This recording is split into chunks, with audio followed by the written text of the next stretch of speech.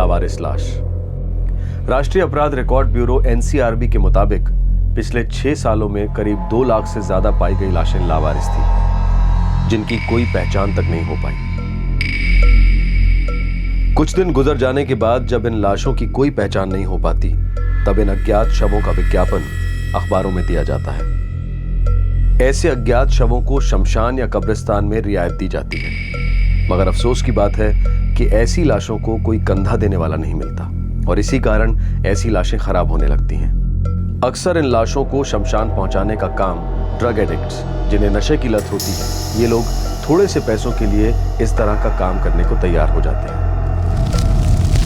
देश के कई मुर्दा घरों में लाशों की तादाद उनकी क्षमता से ज्यादा है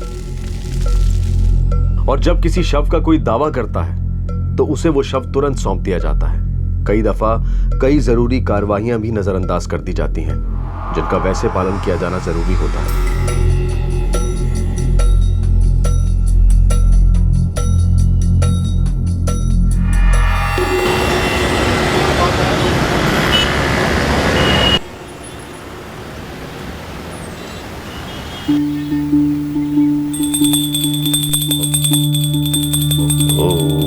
गणेशाय नमः।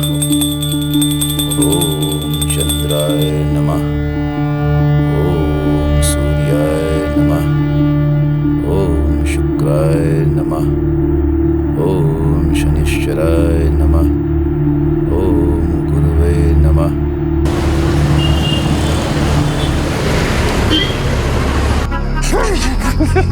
चुप गए। बहुत पी ली यार, कल नहीं पियेंगे। नहीं, कल नहीं पियेंगे। कितने बज गए? मैं यहीं से बस लेता हूँ, ठीक है? मैं तो यहीं से बस लेऊंगा। सुबह होने वाली है भाई, 5 बजे 5। हाँ तो फिर बस आती होगी। मैं यहीं से तो बैठ गया। तो हम चलते हैं। हाँ हाँ, हम तो पैदल ही पहुंच जाएंगे। चल चल कल सुबह कितने बजे मिलना साइट पे? अरे 10 बजे।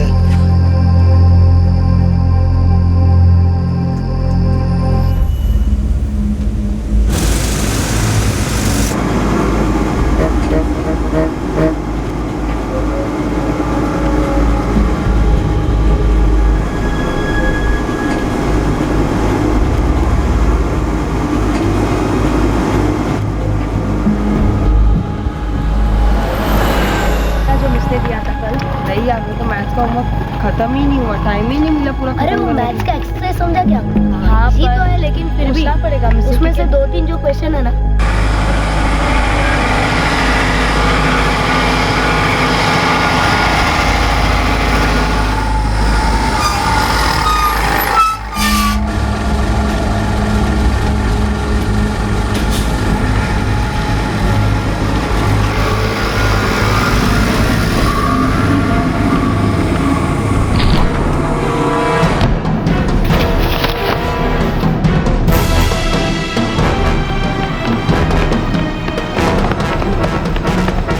पहुंचाना चाहिए, नहीं तो कुछ भी हो सकता है।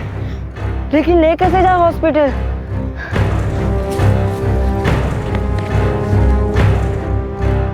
यार कोई गाड़ी ही नहीं आ रही है, एक आदमी भी नहीं दिख रहा है यार, क्या करे?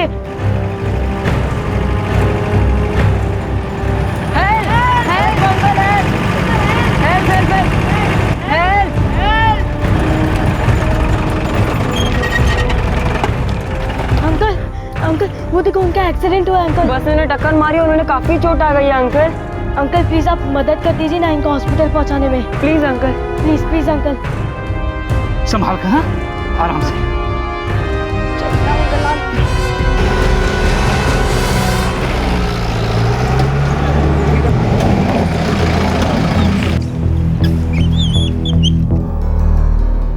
जब हम स्कूल जा रहे थे तभी हमने इन्हें देखा। जिस बस से वे उतरे उसी बस ने उन्हें ठोकर मार दी और फिर वो नीचे गिर गए। वे लड़खड़ा रहे थे, ऐसा लगा जैसे वो नशे में हो। हमने इन अंकल को रोका और इनके साथ हमें इन्हें यहाँ ले आए। बेटा आप लोगों ने बहुत अच्छा काम किया, अब हम इनकी देखभाल कर लेंगे और पुलिस को भी बता देंगे। आप लोग वापस स्कूल जाओ। जी।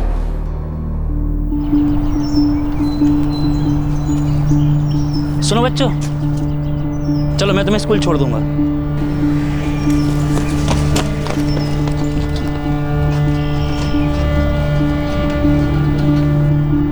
कोई बात नहीं बेटा, तुम पीछे बैठ जाओ।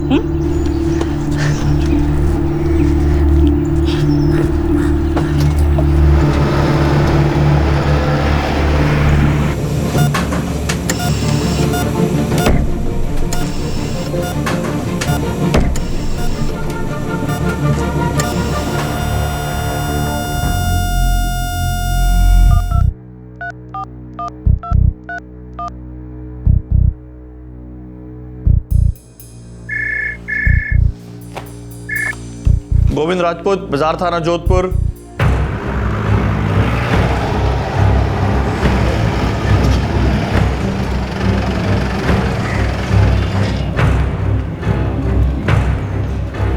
कोई ऐसी चीज जिससे पता चल सके कौन है? मेरा मतलब कोई आइडेंटिफिकेशन? नहीं, कुछ भी नहीं, ना कोई पर्स ना कोई मोबाइल। हाँ, ये 10-10 के कुछ नोट मिले। स्कूल के 3 बच्चों ने देखा, जिस बस से ये उतरा था उसी बस ने इसको टक्कर मारी। वो बच्चे ही बेहोशी की हालत में इसे यहां लेकर आए। जब लाए थे तब ये जिंदा था, लेकिन हम इसे बचा नहीं पाए।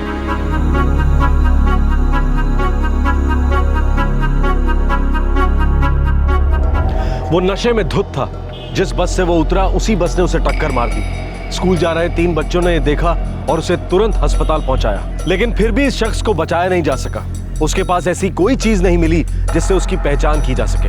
अखबार में विज्ञापन दिया गया कि अगर कोई जानकार या रिश्तेदार है तो आए और शव की पहचान करे। और फिर मौत के 10 दिन बाद कहीं जाकर इस शव को एक पहचान मिली।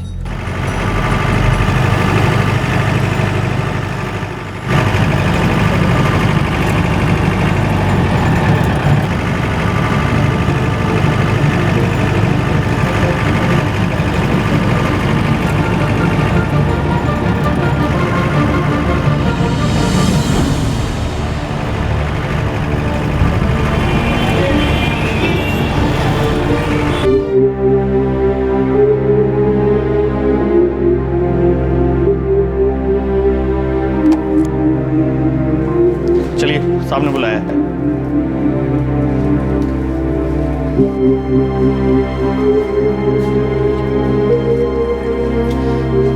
ये बाड़मेर में रहता है सर। मेरा चचेरा भाई है गोपाल सिंह। इसकी पत्नी घर पर है, लेकिन हम लोगों ने उसे बताया नहीं अभी तक।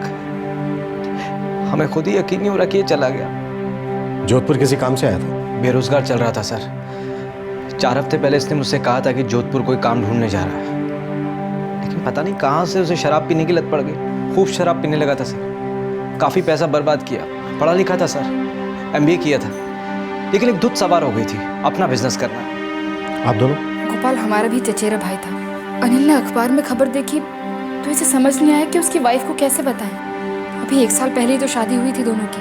हम लोग अभी तक गोपाल की माँ तक को बताने की हिम्मत नहीं जुटा पा रहे हैं। अकेली हैं बेचारी। गोपाल के पिताजी तो रहे नहीं, गांव में भी किसी को कुछ नहीं बताया।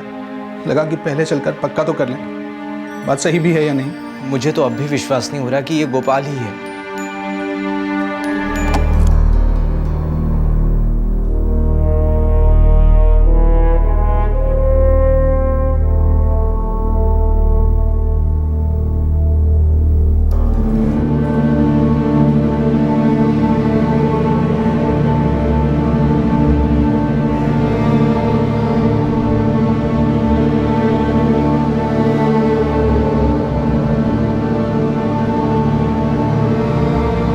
आप लोगों को बॉडी सौंपने से पहले हमें कुछ कागजी कार्रवाई करनी है।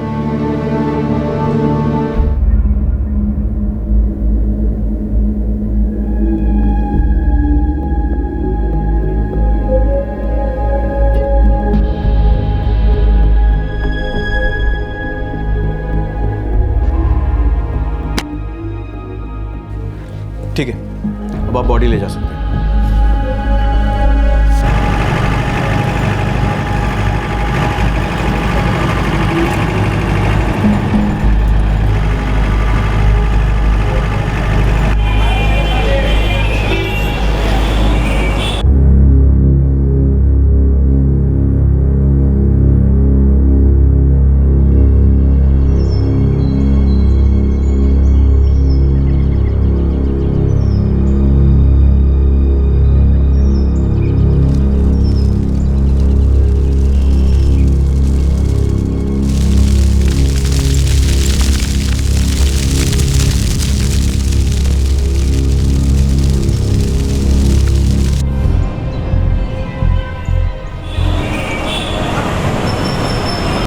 पंचनामा और पोस्टमार्टम रिपोर्ट चाहिए डेथ सर्टिफिकेट बनाने के लिए।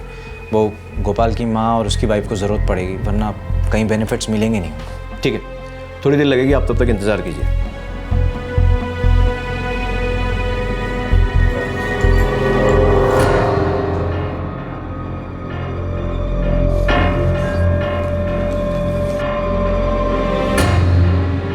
Thank you, thank you.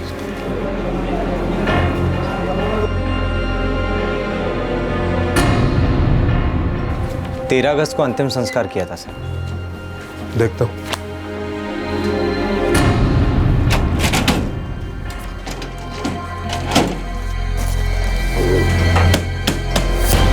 आधा घंटा लगेगा, तुम बाहर बैठो, मैं देखता हूँ।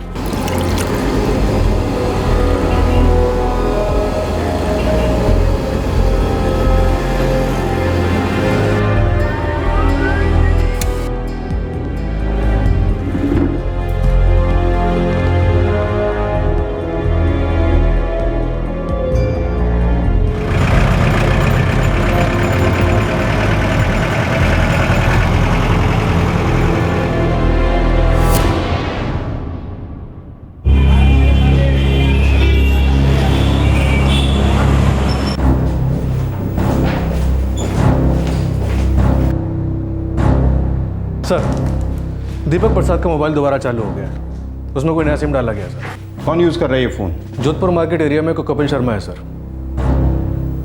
उसी शहर का दूसरा थाना एक गुमशुदा शख्स की तलाश में था और करीब 4 महीने बाद उस गुमशुदा का फोन फिर से शुरू हुआ, किसी और के नाम के किसी दूसरे सिम कार्ड के साथ। इस गुमशुदा आदमी का उस नशे में चूर आदमी से क्या ताल्लुक था जिसकी बस से टक्कर में मौत हुई थी? इन दोनों का आखिर नाता क्या था?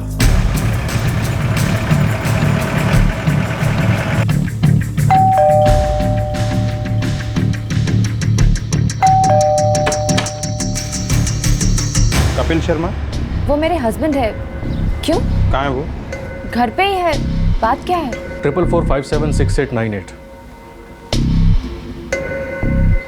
नहीं सर, ये मेरा नंबर नहीं है। आप ही के नाम पे लिया गया ये नंबर? कहीं ये वो नंबर तो नहीं है जो 3 दिन पहले आपने अमित को लेके दिया था? मेरा मोबाइल लेके आओ, मैं चेक करता हूँ।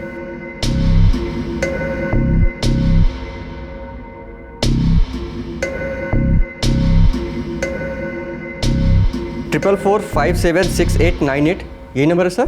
जी हाँ सर, इस नंबर का सिम मैंने अपने भतीजे को दिया था 3 दिन पहले। क्या नाम है उसका? कहाँ है वो? अमित शर्मा, स्टूडेंट है सर, ये पास में ही रहता है।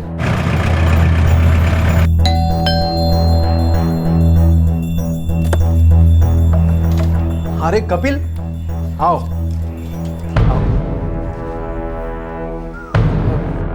क्या हुआ? अमित है क्या घर पे?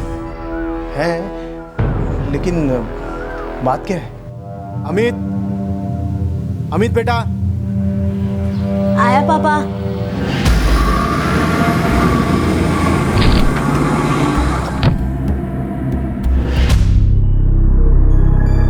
अमित, ये फोन कहाँ से लिया तूने? मिला मुझे। मिला? कहाँ से मिला? मुझे मेरे स्कूल के पास से मिला।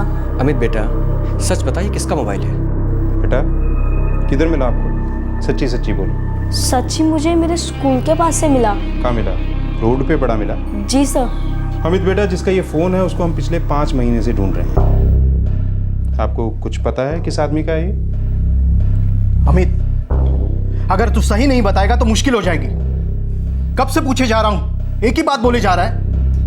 कपिल को तुम्हें सिम कार्ड दिलाना ही नहीं चाहिए था। आप गुस्सा मत कीजिए बच्चे पर। अमित बेटा, आप तो जानते हैं ना कि पुलिस को हमेशा सच बताना चाहिए, है ना? बोलो बेटा। सर, मुझे एक जीप के अंदर से मिला था। जीप के अंदर से? हाँ सर, ये 4-5 महीने पहले की बात है, जुलाई की। मैं अपने दोस्तों के साथ स्कूल जा रहा था, तभी हमने एक एक्सीडेंट देखा। एक आदमी बहुत बुरी तरह से घायल हुआ था। फिर हमने एक जीप को रोका और ड्राइवर अंकल की मदद से हम उसे हॉस्पिटल तक लेके गए और फिर उसी जीप से हम वापस स्कूल आ गए।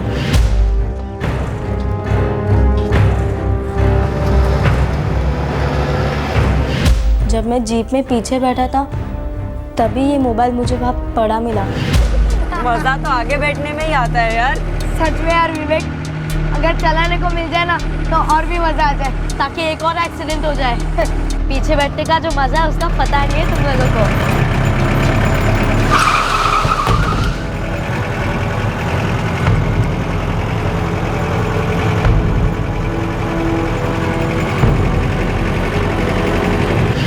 मैंने सिम कार्ड निकाल दिया और फ़ोन तो अपने पास रखा। ये मोबाइल शायद उसी अंकल का है जिनका एक्सीडेंट हुआ था। किस हॉस्पिटल में ले गए थे बेटा आप उनको? KPR hospital.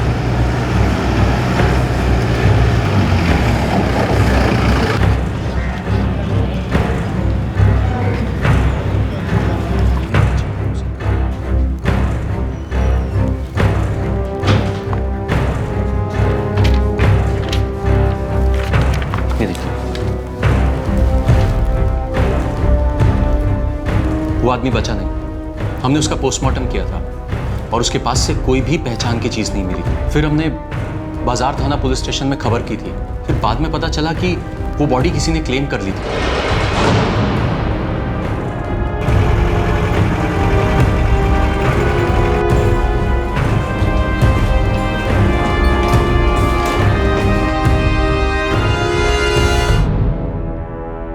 यही है वो आदमी?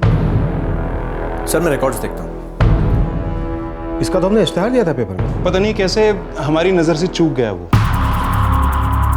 यस सर, सेम आदमी है, वही है।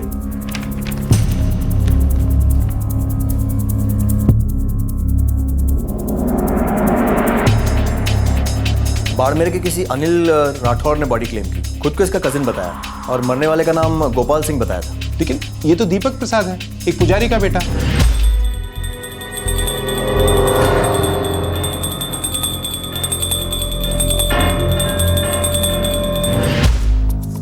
शिवेंद्र प्रसाद बहुत ही अच्छे इंसान है। दीपक उन्हीं का बेटा है। कई बार उनके साथ पूजा पाठ पे भी जाता था, बल्कि कई बार तो मेरे घर भी आया है। मतलब किसी गलत आदमी ने बॉडी क्लेम कर ली। ये दीपक 29 जुलाई को गायब हुआ था और उसके पिता ने 1 अगस्त को रिपोर्ट लिखवाई थी।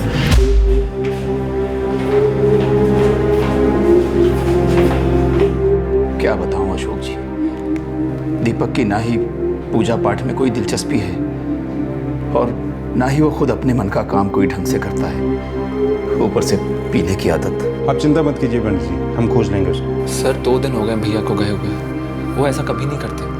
अब फिक्र हो रही है सर। आप लोगों को कोई आइडिया है कि वो पीने के लिए कहाँ जाता है, किसके साथ जाता है? सर कहाँ तो पता नहीं, पर हाँ उनके 2 दोस्त हैं, ज़्यादातर उन्हीं के साथ पीने बैठते हैं, किशन और नमन। सर दोनों उन्हीं के साथ कंस्ट्रक्शन साइट पे काम करते हैं।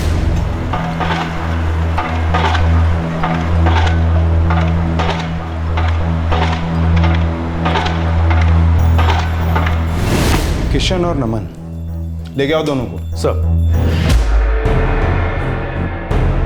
किशन और नमन ने बताया जब दीपक गायब हुआ उसके पिछली रात वो दोनों दीपक के साथ ही थे।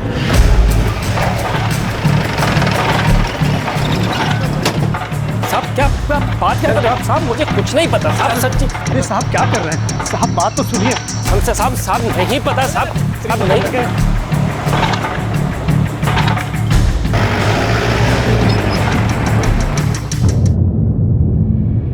साहब हम तीनों जोधपुर से थोड़ा दूर आ गए थे। सुबह 4 साढ़े 4 बजे तक तो हम लोग पीते ही रहे साहब। फिर अपने अपने घर निकल गए। दीपक बोला कि वो बस से जाएगा। कितने बज गए? मैं इसे बस लेता हूँ, ठीक है? फिर उसे छोड़ के हम निकल गए।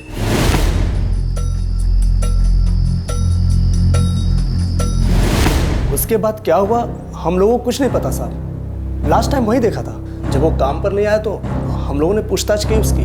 किसी को कोई खबर नहीं थी साहब उसकी। लेकिन अनिल राठौड़ के साथ 2 लोग और भी थे जो खुद को उसका कजन बता रहे थे। गोपाल हमारा भी चचेरा भाई था। उन्होंने दावा किया कि गोपाल सिंह उनका कजन है। पंचनामा और बाकी रिपोर्ट्स भी लेकर गए डेथ सर्टिफिकेट बनवाने के लिए। सर अनिल, शिवानी और धर्म तीनों के फोन बंद आ रहे हैं। मुझे लग रहा है कि इसमें कोई रैकेट है। जरूर कोई ना कोई साजिश है। एक अज्ञात शव पे किए गए दावे का कारण अभी भी अज्ञात है। सर मेरे पास अनिल राठौर का बाड़मेर का पता है।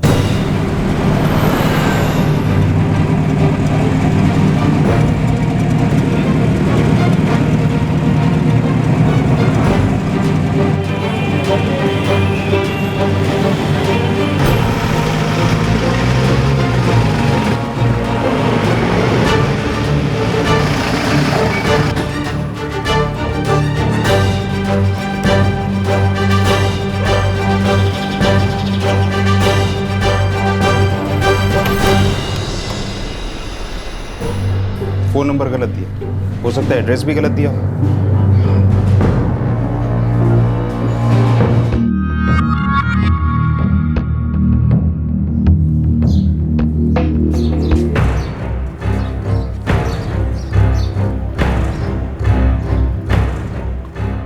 अरे क्या हुआ? हम यहाँ नहीं जा सकते। क्यों? हमें यहाँ से निकलना होगा, जल्दी चलो यहाँ से, चलो। सुनो, हाँ साहब, क्या हुआ? ये अनिल राठौड़ का ही घर है ना? नहीं साहब, यहाँ तो कोई अनिल राठौड़ नहीं रहता। पक्का कोई चाल है। 12/16 यही है? हाँ साहब, पता तो यही है। अनिल राठौड़ गोपाल सिंह का चचेरा भाई, उसने ये पता दिया था। गोपाल सिंह? हाँ, गोपाल सिंह। हाँ साहब जी, ये गोपाल सिंह का ही घर है। अनिल राठौड़ ने कहा था कि गोपाल सिंह उसका चचेरा भाई है और गलत बॉडी की पहचान की। साहब ये तो पता नहीं, पर यहाँ गोपाल सिंह अपनी पत्नी कविता के साथ रहता है। सर, अनिल राठौड़ ने गोपाल सिंह की बीवी का नाम भी कविता ही बताया था। लगता है कोई साजिश है, कोई ना कोई राज जरूर है इस सब के पीछे। सर, कहीं ऐसा तो नहीं गोपाल सिंह जो यहाँ रहता है वो अनिल राठौड़ बन के आया और गोपाल सिंह के नाम से लाश की पहचान करके ले गया ताकि खुद को मरा हुआ साबित कर सके? दरवाजा तोड़ के अंदर छानबीन करते हैं।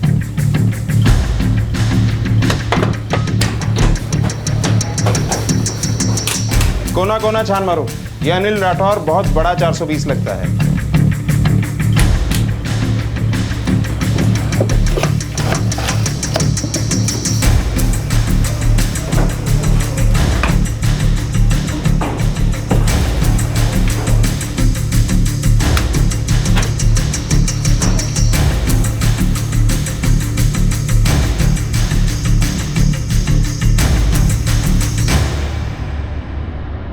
साहब ये गोपाल और उसकी पत्नी कविता है।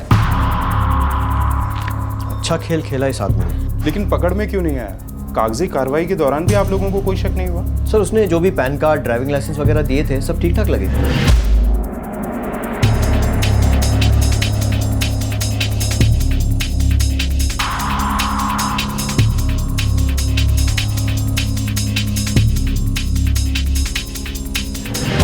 हद है, इस आदमी ने हमारे द्वारा दिए गए इश्तेहार की फोटो की काट-छांट की, माफ किया और फिर शायद उसी से डुप्लीकेट पैन कार्ड और ड्राइविंग लाइसेंस बन गए। बड़ा शातिर है ये आदमी। इसने एक नकली नाम रखा अनिल राठौर।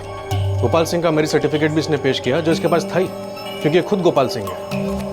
इसलिए सारे कागजात फर्जी लगने का सवाल ही नहीं उठता। इसने इतनी बड़ी साजिश की, इस सब के पीछे इसका कोई मकसद तो होगा। सर, शायद मैं वो मकसद जानता हूँ। सर, पंचनामा और पोस्टमार्टम रिपोर्ट चाहिए डेथ सर्टिफिकेट बनाने के लिए। वो गोपाल की माँ और उसकी वाइफ को ज़रूरत पड़ेगी, वरना कहीं बेनिफिट्स मिलेंगे नहीं। बेनिफिट्स? फायदे? इंश्योरेंस? खुद को मरा हुआ दिखा के, एक्सीडेंटल डेथ दिखा के इंश्योरेंस कंपनी से रकम हासिल करना। फिर तो जरूर किसी न किसी इंश्योरेंस कंपनी में क्लेम किया। हमें पता करना होगा कि पिछले 5 महीनों में गोपाल सिंह के नाम से कौन सी इंश्योरेंस कंपनी में क्लेम किया गया। ये क्या खेल चल रहा था? क्या साजिश रची जा रही थी? एक अज्ञात शव, एक लावारिस लाश को नाम मिला, पहचान मिली, मृत्यु प्रमाण पत्र भी मिला, लेकिन सब झूठे, फर्जी। मृत व्यक्ति का मोबाइल फोन एक बच्चे को मिला जिसने उसे फिर से इस्तेमाल करना शुरू किया और इसी ने पुलिस के सामने एक बहुत बड़ी धोखाधड़ी की परतें खोली। मृत व्यक्ति वो नहीं था जिसका कि दावा किया गया था, बल्कि वो तो 5 महीने से गुमशुदा कोई और ही शख्स था। क्या अनिल राठौड़ ही गोपाल सिंह था? आखिर अपने आप को मरा साबित करने के पीछे उसकी क्या चाल थी?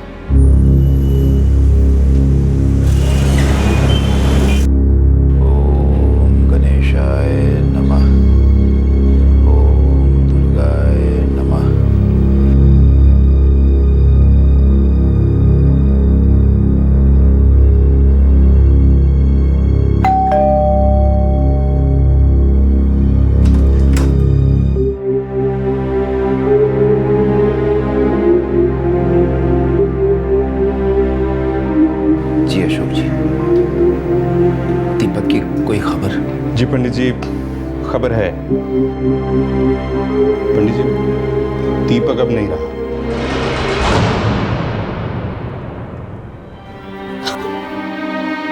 आपको कैसे पता चला सर? हुआ क्या? कहाँ मिले आपको भैया? वो हमें मिला ही नहीं है राकेश।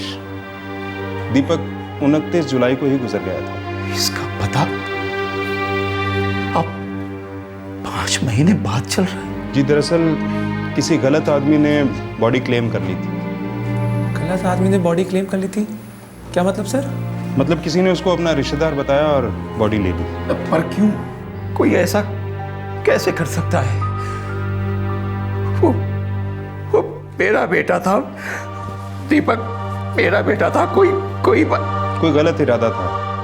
दीपक जिस बस से उतरा उसी से घायल हो गया। अस्पताल में इलाज हुआ लेकिन बचाया नहीं जा सका। उसके पास कोई पहचान की चीज नहीं थी। जिस थाने में मामला गया उन्होंने एक इश्तेहार दिया और कुछ लोग आए और उसकी बॉडी क्लेम करके ले गए। कौन से थाने में? बाजार थाना पुलिस स्टेशन। उन्होंने आपको खबर नहीं दी? मतलब आप ही ने तो कहा था कि आपने भैया की तस्वीर हर थाने में पहुंचा दी है। जी मैं मानता हूँ गलती तो हमसे हुई है। दीपक का शव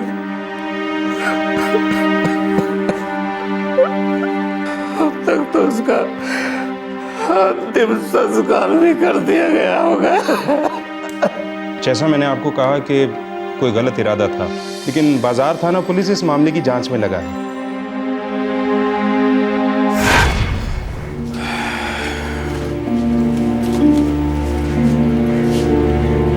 दीपक बेटा, तुम करना क्या चाहते हो? आप जो करते हो ना वो नहीं, बस कुछ और बाबूजी। बेटा मैं जो करता हूँ ना उसमें बहुत सम्मान है। पर बाबूजी मुझे नहीं करनी है ये पंडितगिरी। मत कर बेटा, पर करना क्या है ये तो बता दे। छोटे को देख, पढ़ाई लिखाई पूरी हो गई, अपनी दुकान संभाल रहा है। तुझे तो बेटा पता ही नहीं है कि जीवन का करना क्या है। मैं और राकेश अलग है बाबूजी। शायद मैं वो हासिल नहीं कर पाया जो मुझे कर लेना चाहिए था, लेकिन मैं अभी भी यही पता करने में लगा हूँ कि मुझे हासिल क्या करना है। मुझे अपना रास्ता खोजने दो बाबूजी, मेरे ही तरीके से। अपना रास्ता खोजो बेटा, पर तुम जो ये भटक गए हो उसका क्या? हमेशा शराब, आवारागर्दी, क्या ये खोज रहे हो? बस इसी बात की चिंता हमेशा लगी रहती है मुझे। भैया आज से आप मेरी दुकान संभालो, मैं आपका असिस्टेंट बनूंगा। मुझे खुद का कुछ करना है, पता नहीं क्या, पर कुछ अपना बाबूजी।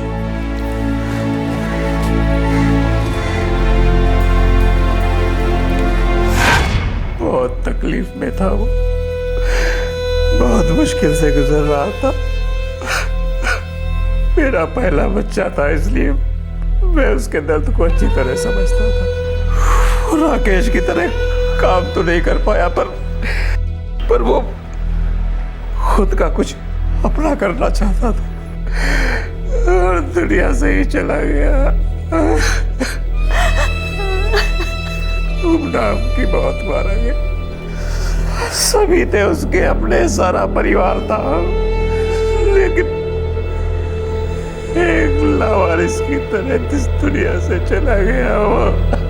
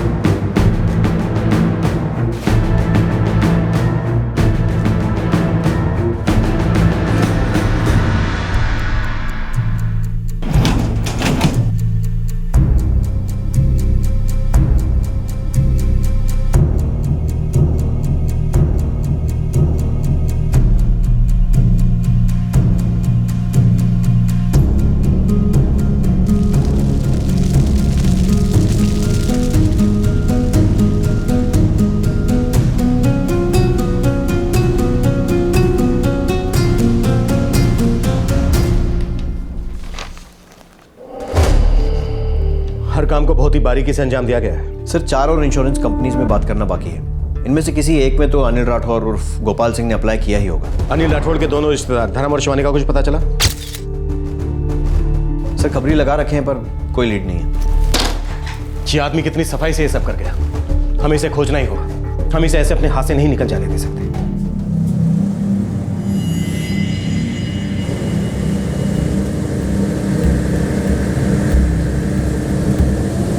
अब कहाँ जाएंगे हम? पता नहीं, लेकिन कहीं ना कहीं तो जाना ही पड़ेगा। पैसे कब मिलने वाले हैं? उसका भी अभी तक कुछ नहीं पता।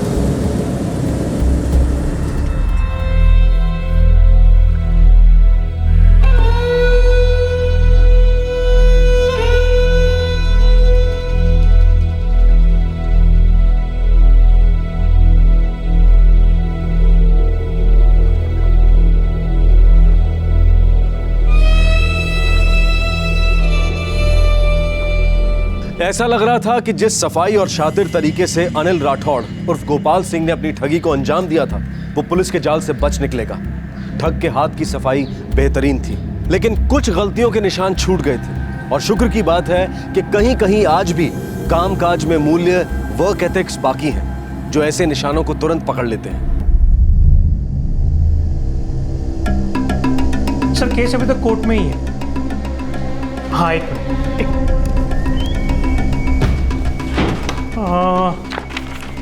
गोपाल सिंह उम्र 25 साल, बाड़मेर निवासी और बेनिफिशियरी है उसकी मां सर रूपमती। केस कहां तक पहुंचा है अभी? अब तक 2 सुनवाई हुई है सर। अर्जी आई थी अगस्त 2011 के आखिर में। एक्सीडेंट केस था सर, और मेडिकल जांच के मुताबिक वो आदमी नशे में भी था।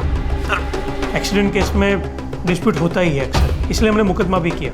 गोपाल सिंह का 60 लाख का इंश्योरेंस है सर। मौत भले ही दुर्घटना में हुई हो, लेकिन वो आदमी नशे में भी था। हम एक बार केस की फाइल देखना चाहेंगे। श्योर सर, मैं फाइल लेके पहुंचता हूँ।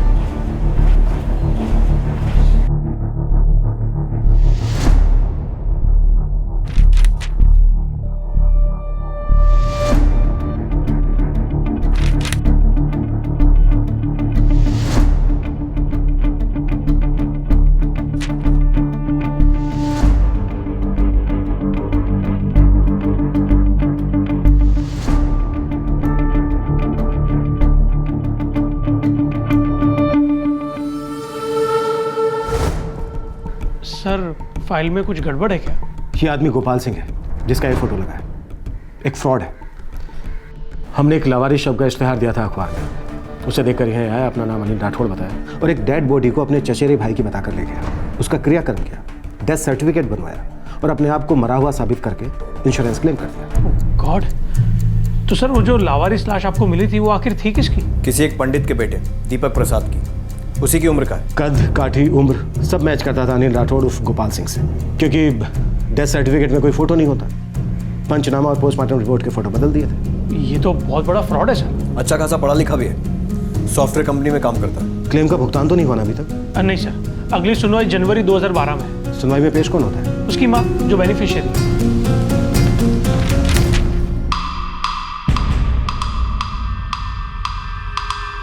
वाडमेर का वही एड्रेस दिया जो अनिल राठौड़ ने दिया था। जाहिर है सर, उसी पते का इस्तेमाल करेगा ताकि अदालत का नोटिस भी वहीं पहुंच सके। माँ, बेटा, बीवी सब शामिल। वीरेन सर, उस कंपनी में भी पता करो जहां वो काम करता था। सर रूपमती के जो लॉयर है उसे मैं जानता हूँ। कौन है वो? चंद्रेश अग्रवाल।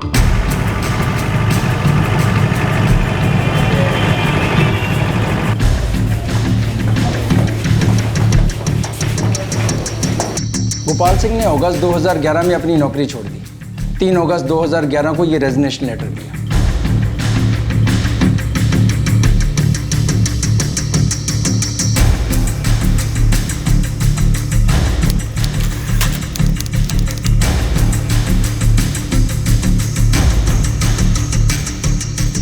जी, रूपमती जी मेरी क्लाइंट है और मैं उनका इंश्योरेंस का केस देख रहा हूँ। हमेशा अकेली आती है? जी, सितंबर और अक्टूबर में सुनवाई थी। वैसे बात क्या है? जिस बेटे का इंश्योरेंस क्लेम कर रही है वो बहुत बड़ा ठग है, जिंदा है अभी। उसने एक लावारिस लाश हासिल की, गलत सलत कागज तैयार किया और अपने आप को मरा हुआ साबित कर दिया। मुझे कोई खबर नहीं है जी। इस औरत का एड्रेस वाडमेर का दिया गया है और कॉन्टैक्ट नंबर इसकी बहू कविता का। मुझे इस औरत रूपमती से मिलना है।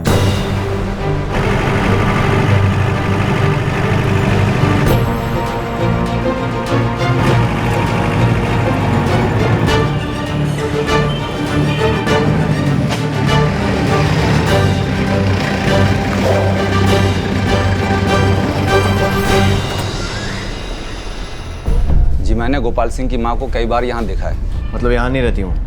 मालूम है कहाँ रहती हैं? विधवा है वो, भाई के साथ राजनगर गांव में रहती हैं। लेकिन आप जो ये फोटो दिखा रहे हैं ये उनका नहीं है। क्या? ये गोपाल की माँ रूपमती नहीं है।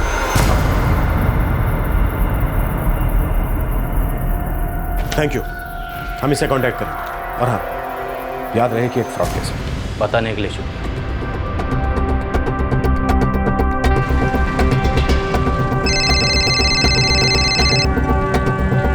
वीरेंद्र, रूपमती के वकील से उसका नंबर मिल गया है। सर, ये जो औरत है रूपमती, ये तो नकली निकली, वो तो कोई और ही है। क्या बोल रहे हो? हाँ सर, मैंने ये गोपाल सिंह के पड़ोसी से पता किया है। उसका कहना है कि गोपाल सिंह की माँ अपने भाई के साथ राजनगर गांव में रहती है। कितना बड़ा शातिर बदमाश है। लेकिन सबसे पहले इसकी इस नकली पाखंडी माँ को देखते हैं जरा।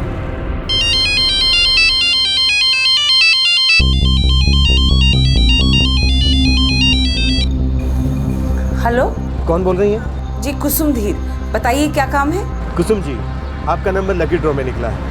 हमारे सर्वे में आपके नंबर को प्राइज के लिए चुना गया है। हमें आपको कुरियर भेजना है। आप हमें अपना एड्रेस देंगे प्लीज? अच्छा, क्या प्राइज है?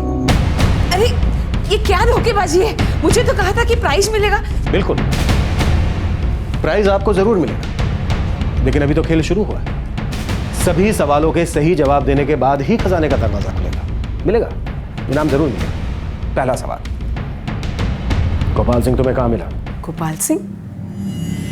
कौन गोपाल सिंह साहब? गोपाल सिंह उर्फ अनिल राठौड़, जिसकी मां बनकर इंश्योरेंस क्लेम करने की धोखाधड़ी कर रही हो तुम। अभी बात आई समझ में?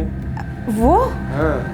हाँ साहब, उसका नंबर है मेरे पास, लेकिन साहब शायद उसका फोन खराब है। मैं भी 1 हफ्ते से कोशिश कर रही हूँ ये जानने के लिए कि कोर्ट की अगली पेशी कब है, लेकिन फोन ही नहीं उठा रहा वो। मतलब तुम उसकी नकली मां बनने का नाटक कर रहे हो? साहब, मैं एक गरीब विधवा औरत हूँ, छोटा मोटा काम करके अपना पेट पाल लेती हूँ, और वो मुझे कचहरी के बाहर ही मिला था। खुद आया था वो मेरे पास।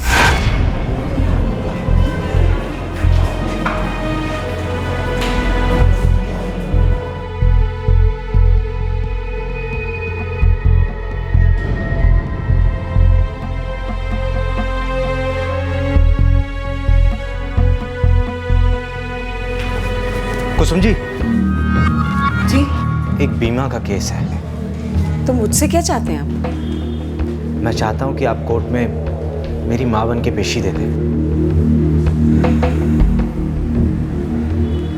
ठीक है, लेकिन हर पेशी के 2000 रुपये लगेंगे।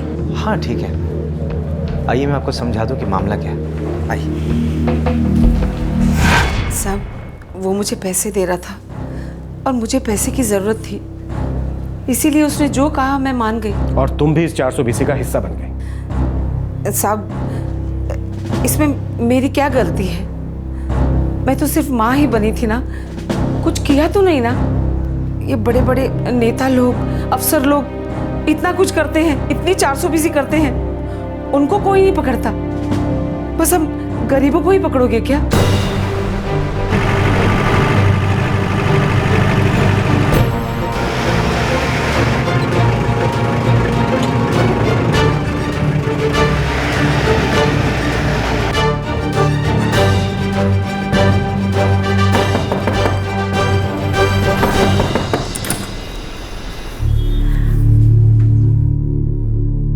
जी, आपको किससे मिलना है? रूपमती जी। जी, मैं ही हूँ। हाय राम, ये क्या किया मेरे बेटे ने, और क्यों किया? सारी बातें तो हमें तभी पता चलेंगी जब आपका बेटा हमें मिलेगा। अभी तो हमें इतना ही मालूम है कि ये सब उसने बीमे की रकम हासिल करने के लिए किया। मेरा बेटा ऐसा बिल्कुल नहीं कर सकता। रूपमती जी, आप हमें बस इतना बता दीजिए कि आपका बेटा कहाँ छिपा हो सकता है, और उसके चचेरे भाई बहन धर्म और शिवानी हमें कहाँ मिलेंगे? धर्म और शिवानी तो जोधपुर में रहते हैं, और गोपाल के बारे में उन दोनों को ही पता होगा। जोधपुर में कहाँ?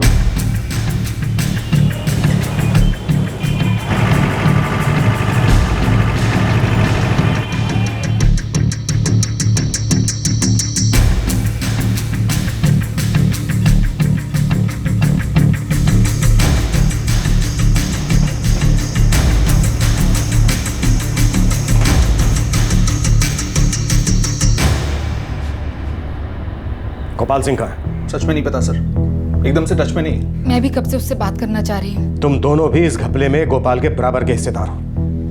लेके जाओ इन्हें और अच्छे से खातिरदारी करो इनकी। नहीं सर, सर मुझे नहीं पता था उसका फ्रॉड का प्लान है। सर मुझे भी नहीं पता था सर। सर अगस्त के पहले हफ्ते में उसका फ़ोन आया था मेरे पास, बोला उसके पास कोई प्लान है पैसा कमाने का। सर गोपाल हमेशा से अपना खुद का बिजनेस स्टार्ट करना चाहता था, उसके लिए उसे पैसों की ज़रूरत थी। उसने मुझसे कहा कि मैं उसके साथ थाने चलूँ और जैसा वो बोले वैसा करूँ। उसकी हाँ में हाँ मिलाता रहूँ सर। वो कहता कुएं में कूद जाते। दूध पीते बच्चे हो तुम। हमें ये तो पता था कि वो कुछ प्लान कर रहा था, पर एग्जैक्टली पता नहीं था क्या। बस उसने हमें कुछ पैसे देने का वादा किया था सर। ये तो झूठ है, फ्रॉड है यार। बॉडी को 1 हफ्ता हो गया, अभी तक किसी ने क्लेम नहीं किया और मुझे नहीं लगता कि अब कोई करेगा भी। लेकिन फिर भी गोपाल, अगर मैं तुझे 3 लाख रुपए दे दूं तब तो तेरा एक किंतु परंतु लेकिन बट बंद हो जाएगा ना। तुम बॉडी लेकर करोगे क्या गोपाल? मैं ये कह के बॉडी लूंगा कि ये बॉडी मेरे कजन गोपाल सिंह की है। क्या? अरे समझने की कोशिश करो। मैं अपने आप को मरा हुआ दिखा के बीमा के 60 लाख रुपए ले लूंगा। ये एक एक्सीडेंटल डेथ है ना। ये देखो, इसकी उम्र 25 साल है, मेरी उम्र भी 25 साल है। तुम विटनेस बन के मेरे साथ चलो, बॉडी हासिल करने में आसानी होगी। फिर अंतिम संस्कार इंश्योरेंस के पैसे क्लेम करूंगा, जो पैसा आएगा उसमें से 3 लाख रुपए तुम्हारे। देखो धर्म तो राजी हो गया है, तुम बोलो। अगर फंस गए तो? अरे फंसने का कोई चांस ही नहीं है। बॉडी को 1 हफ्ता हो गया, अभी तक कोई क्लेम करने नहीं आया। मुझे लगता है बॉडी लावारिस है। बहुत आसान काम है। कविता इंश्योरेंस क्लेम करेगी? माँ करेंगे। एक्चुअली माँ ही बेनिफिशियरी है। मैंने शादी से पहले इंश्योरेंस लिया था। तुम्हारी माँ को मालूम है इस बारे में? अरे उनके लिए सब चीज़ें बहुत कॉम्प्लिकेटेड है, उनके पल्ले नहीं पड़ने वाला। हाँ लेकिन चेक माँ के नाम पे ही बनेगा। जब चेक आएगा तो कह दूंगा बीमा का बोनस आया है, ये कह के पैसे ले लूंगा। सर हमने बिल्कुल नहीं सोचा था हम ऐसा कुछ कर बैठेंगे। तुम दोनों मुसीबत में तो पड़ ही चुके हो। अब जल्दी से बता दो ये गोपाल सिंह का है, ताकि मुसीबत और ना बढ़े। और उसकी वाइफ कविता, उसका क्या? कविता एक विधवा थी अजमेर की। एक बार गोपाल सिंह अजमेर गया था, उसको वहीं मिली थी, फिर दोनों ने शादी कर दी।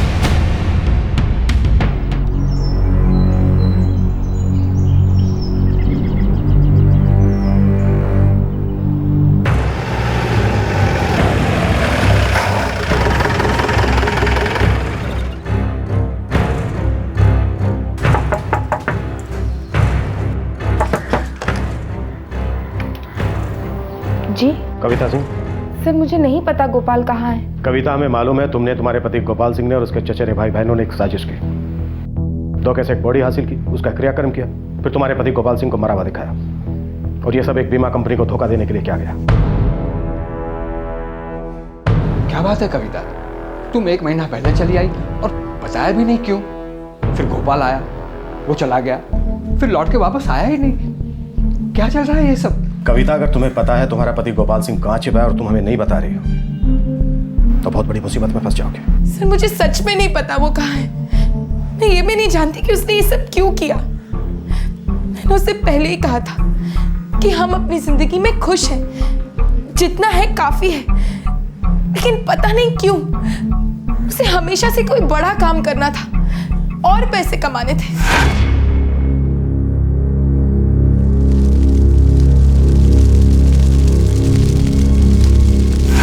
उससे कहा था धोखेबाजी से हमें कुछ नहीं मिलने वाला, लेकिन उसने मेरी बिल्कुल नहीं सुनी। कविता, मैं आखिरी बार पूछ रहा हूँ, कहाँ है गोपाल सिंह?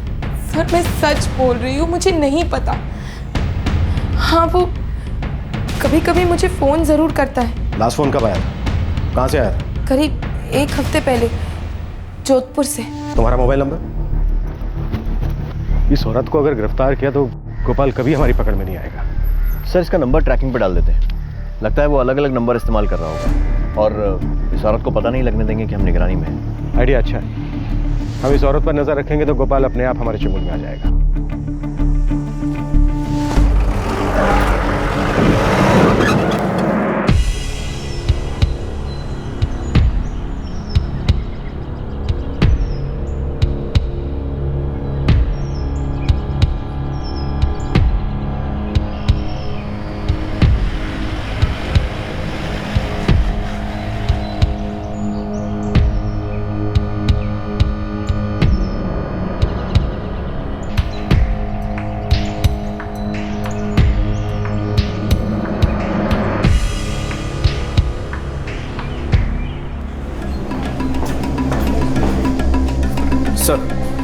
नंबर की ट्रैकिंग से पता लगता है कि ज़्यादातर कॉल्स अजमेर के लैंडलाइन नंबर से ही किए गए। इस बीच वो कभी अपनी बीवी से मिलने आया? नहीं सर, और ना ही वो उससे मिलने गई। उस पर हर वक्त हर कदम पर नजर रखी जा रही है। हमें इसे किसी भी हालत में पकड़ना ही होगा। ये पहले भी हमें अच्छा खासा धोखा दे चुका है और अब हमारे हाथ नहीं लग रहा है। 3 महीने बीत चुके थे, लेकिन गोपाल सिंह अभी तक पुलिस की पहुंच से दूर था। हालांकि उसके मकसद के बारे में पुलिस सब कुछ जान चुकी थी, पर गोपाल के गिरेबान से पुलिस अब तक बहुत दूर थी।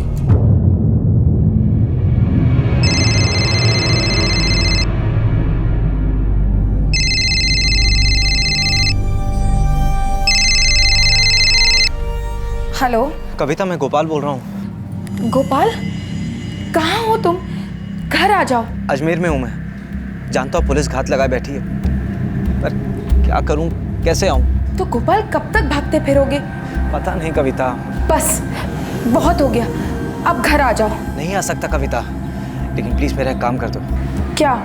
मेरे पैसे खत्म हो गए, पैसे की जरूरत है। कैसे दूँ तुम्हें? पुलिस मेरे पीछे है। तुम्ही ने जब लास्ट टाइम फोन किया था तब मुझे बताया था ना।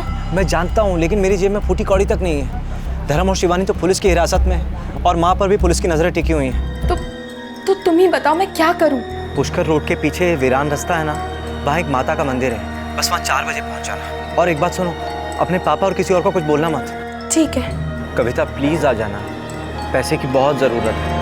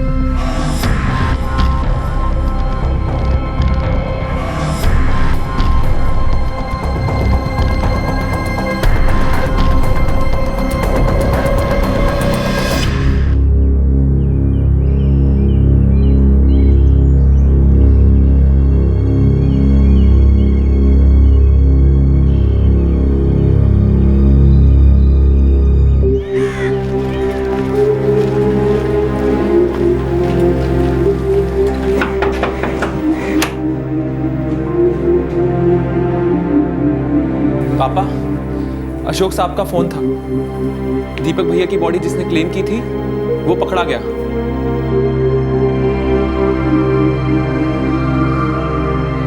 उसे इंश्योरेंस की रकम का एक पैसा नहीं मिला जिसके लिए उसने ये सब किया था।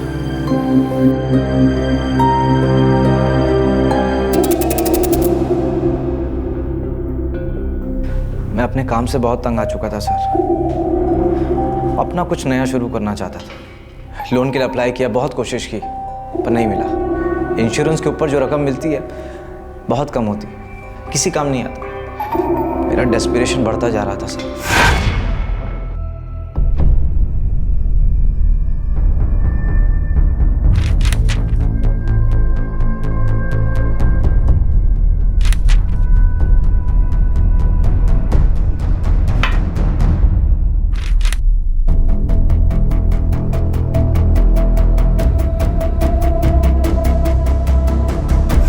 हमेशा सोचता रहा इतने सारे लोग फ्रॉड करके आसानी से बच के निकल जाते, पकड़े नहीं जाते। शायद तूने उनके बारे में नहीं सुना जो पकड़े जाते हैं। मुझे लगता है कुछ लोग वो होते हैं जिन्हें बिना ठोकर खाए कुछ समझ में नहीं आता।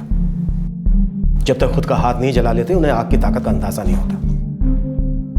उम्मीद है अब तेरी समझ में आ गया होगा। मैं तो हमेशा यही सोचता रहा कि इस बॉडी को कभी कोई क्लेम नहीं करेगा, तो क्यों ना उसे मैं अपना नाम दे दूं। इंश्योरेंस के लाखों रुपए मुझे मिल जाएंगे, मैं एक नया बिजनेस शुरू कर पाऊंगा। अपनी जिंदगी बना पाऊंगा। एक लाश के ऊपर अपनी जिंदगी बनाने चला था तू। क्या गजब का ख्याल है। पर तूने कभी ये नहीं सुना गोपाल कि गलत राह पर शुरू की जिंदगी बहुत दूर तक नहीं जाती। सच कह रहे हैं आप सर, लेकिन सच तो ये भी है कि मेरे बॉडी को क्लेम करने के बाद अगर उस बॉडी की सही पहचान नहीं होती तो बीमा की रकम मुझे मिल गई होती। पुलिस ने इस मामले में चार्जशीट अक्टूबर 2012 में दायर कर दी थी, लेकिन इस केस में मुकदमा चलना अभी बाकी है। चालबाजी, घपलेबाजी, 420 कभी काम नहीं आती। चाहे कोई कितनी भी मिसालें देते कि लोग इस तरह के फ्रॉड करके कानून की आंखों में धूल झोंकने में कामयाब रहे, लेकिन ज्यादातर ऐसे लोगों का अंत बुरा ही हुआ है। ये कोई ईश्वर का न्याय नहीं, बल्कि एक सीधा साधा सच है। आप मेहनत की कमाई के 10 रुपए भी बड़े गर्व के साथ खर्च करते हैं और उसकी कीमत जानते हैं, जबकि बेईमानी से कमाए 1000 रुपए भी आपके अंदर वैसा एहसास कभी नहीं जगा सकते। सब लोग नहीं तो कम से कम आम साधारण नागरिक ईमानदारी के 10 रुपए में वही खुशी पाता है, चाहे वो उसकी जरूरतों के लिए पूरा भी ना पड़ता हो। लावारिस अनजान शवों की जो दुर्दशा है, क्या उसका दोष हमारी विशाल आबादी का है, या इसका कारण यह है कि हमारे यहाँ गुमशुदाओं की कंप्लेंट्स की निगरानी और रिकॉर्ड्स के रखरखाव की अच्छी व्यवस्था की कमी है, या मामलों को अंजाम तक पहुंचाने की इच्छा की कमी है, या फिर बेसिक सुविधाओं की ही कमी है जो इंसान की मौत को एक इज्जत, एक डिग्निटी दे सके। कुछ लोग बहस करेंगे कि हमारे पास जिंदा इंसान की इज्जत के लिए ढंग की व्यवस्था नहीं है, तो फिर मरे हुए इंसानों का क्या सोचना। ये दलील सरासर खोखली है। हमारे देश की जनसंख्या हमेशा ही अपने वक्त से ज्यादा रही है, लेकिन क्या हमारी योजनाएं आने वाले समय का सामना करने के लिए तैयार की गई हैं, या जिस समय में हम जी रहे हैं उसको मद्देनजर रखते हुए तैयार की गई हैं? चाहे बुनियादी ढांचे की बात हो या फिर सुविधाओं की, हम हमेशा वक्त से पीछे ही रहे हैं। यही सच है, और हमारी कमियों को पूरा करने के लिए हमारे पास बहुत सारे बहाने हैं, शिकायतें हैं, बेकार, अयोग्य और लचर प्रशासनिक रवैये के बारे में हमें सोचने की जरूरत है। जो लावारिस है उसकी परवाह की जरूरत है, क्योंकि उसका गलत इस्तेमाल हो सकता है। हमें इस बात का भी ख्याल रखना है कि देश के लिए हमारी जिम्मेदारी भी कहीं लावारिस ही न पड़ी रह जाए। आपसे फिर मुलाकात होगी क्राइम पेट्रोल दस्तक में एक और नए केस के साथ। तब तक अपना ख्याल रखें, सुरक्षित रहें, और याद रखें, समाज, प्रशासन, उससे सिर्फ शिकायतें ही नहीं, उसके प्रति हमारी कुछ जिम्मेदारियां भी हैं, उन्हें भी पूरा करें। क्राइम पेट्रोल के और भी दिलचस्प कहानी देखने के लिए हमारे चैनल को सब्सक्राइब करें और बेल आइकॉन दबाना न भूलें।